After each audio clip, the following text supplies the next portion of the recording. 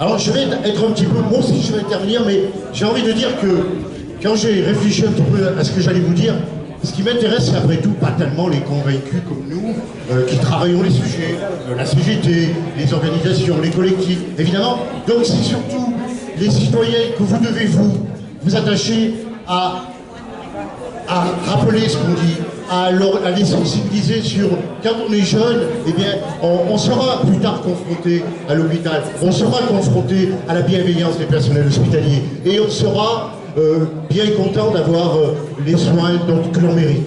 Alors, vous savez, je vais démarrer sur quelque chose de concret. Rappelez-vous, il y a eu la loi Bachelot, il y a des lois. C'était hôpital, santé, territoire. En 2015, il y a eu la loi de Madame Touraine. C'était loi dite de modernisation du système de santé. Maintenant, c'est la loi 2022, c'est-à-dire amélioration de la qualité des soins, faire reculer les déserts sanitaires et réorganiser l'hôpital. Eh bien, c'est mal parti, hein. Eh bien, c'est franchement mal parti, hein. C'est très très mal parti. Alors, ce plan santé, bien sûr, la coordination, on l'a analysé, il y a beaucoup de tromperies. On a commencé la tromperie en disant on va renommer les hôpitaux de proximité. Non, on va déclasser 300 hôpitaux, 250 à 300 hôpitaux, qui sont des hôpitaux locaux, comme on a nous à Saint-Agrève où j'habite en Ardèche, où on n'a plus de maternité, on n'a plus de vaisseaux de chirurgie, c'est normal, ça rapporte pas. Et comme a dit, ou récemment on a une maman qui a perdu son bébé, où il y a 4 heures d'intervention, mais c'est tout à fait normal pour Madame Buzyn. Donc, ces hôpitaux locaux, on va les reclasser à travers le plan de santé en hôpitaux dits de proximité. C'est un leurre. C'est pas ça un hôpital de proximité, c'est un hôpital local ça. Un hôpital de proximité, il a un service d'urgence, il a une maternité, il a une chirurgie, parfois quand même un laboratoire. On n'a plus tout ça. Donc ce n'est pas un service de proximité. Première chose.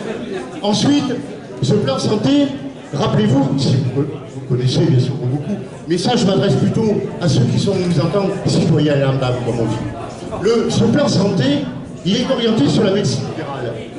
On a dit on va supprimer l'numerus clausus.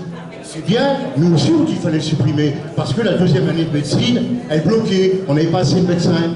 Ça dans combien de temps ça 8 ans, vous aurez un médecin. Dans 8 ans, en attendant, rien. Et donc on a dit ça, donc fin du numerus clausus, et on a fait croire que la médecine libérale allait résoudre tous les problèmes des urgences, les problèmes de la psychiatrie, enfin bref, les personnels soignants en souffrance, tout ça. Donc le plan santé 2022, orientation sur la médecine libérale, orientation sur, bien sûr, soi-disant résoudre les déserts médicaux. Oui, nous nous enfonçons, notre pays s'enfonce dans une crise sanitaire grave, par manque de médecins, par manque de professionnels de santé, pas de médecins, de professionnels de santé, tant en médecine de ville, tant qu'à l'hôpital. Il y a à l'hôpital, actuellement, 40% de postes vacants. Il y a à l'hôpital 40% de postes vacants. Donc, si nous voulons parler concrètement, face à